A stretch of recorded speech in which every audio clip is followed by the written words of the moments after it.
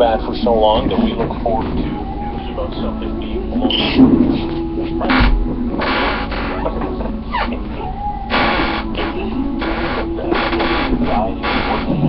Fit into that way, correct? And now you look spectacular. Well, that's the name. There's a station to spare. That's right. I can have all 4 courses. And that's what this weekend is. Yeah. You did all that working out, all that dieting. I gotta look good. And now you look good. Because it's the draft on Friday. We've rarely been able to say, Leafs can't lose. I don't think they can lose this weekend. No.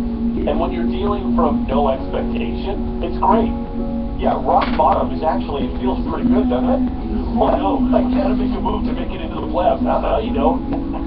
You know why? Where we are, we're rock bottom. Yeah, it doesn't get worse than this, and nothing feels as good. And you have, as we have Friday, and you have the best coach in the NHL, and there's no expectation. This is a perfect storm for How great is this? How great is it to be at rock bottom? Yeah. Pretty great. Well, I hope they need to move to get... No, don't need the playoffs.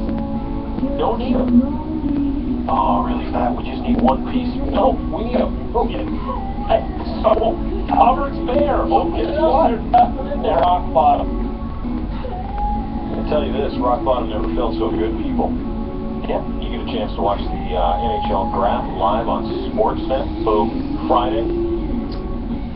And any news is good news. Huh? The whole weekend, too. Great as that. Just the first round on Friday night. Jays are in the thick of it in the AL East. They lose last night, don't worry, they're going to win the rubber match today. But man, Estrada's going up against, I don't know, some dude. They're right there, a couple games back. 1 game back of the wild card. They're going to trade. There's good news. They're going to get some help.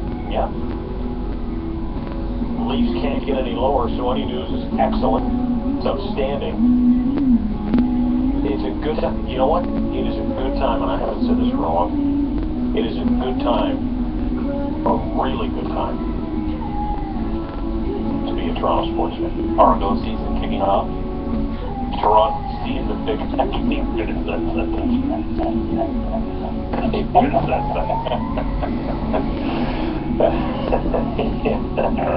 that killer 9-team league. I like my chances. Damon sent me a tweet. Alan? Nope. It's Dean Blundell. Thanks for the insight of what your Christmas was like as a little kid. No problem. Yeah, bagels, tea. Cookies. Eric Dunn says, careful, it would be so Leafish to trade the pick for overpriced bet and keep everyone around. I don't think they will. No, that's not happening. You hope not if you're a Leaf fan. That's not happening. It's great to have no expectation. Steven says, you're setting us up for disappointment. LOL. No, we're not. Folks, it doesn't get... You cannot dig any deeper. No, there's no expectation. Yeah. We've hit 20 feet of concrete. We can't go any lower. Richard said NHL draft and a 2-4 this Friday. That's it, Richard. Now you're doing it. Nice. A beer pick? Huh? Yeah. You do a beer by the end of the round. You do a beer pick, but you go get a case of OV. Do they still sell that? I don't know. You get a case of... Do they do? Is it O'Keefe's? Is that another one they sell? Go get a 30-pack of that. Go get a good Molson product, maybe a Labatt product, doesn't matter, it's all good. Baker or Laker, it's delicious. Black ice, that's like 8%. You can get good and lubed up. You do a beer pick as the Leafs get the 4 and the 2-4, right? Right, so you get it all the way to the 2-4. You're thrilled about that pick. Yeah, you know, they could have picked a scooter and a chimpanzee and you'd be just gassed. Woo! Yeah, we got a chimpanzee. That dude's the next Crosby. But isn't that exciting? Isn't that good news this morning? I don't have a feeling somebody out there is going to try that now. I want someone to try it.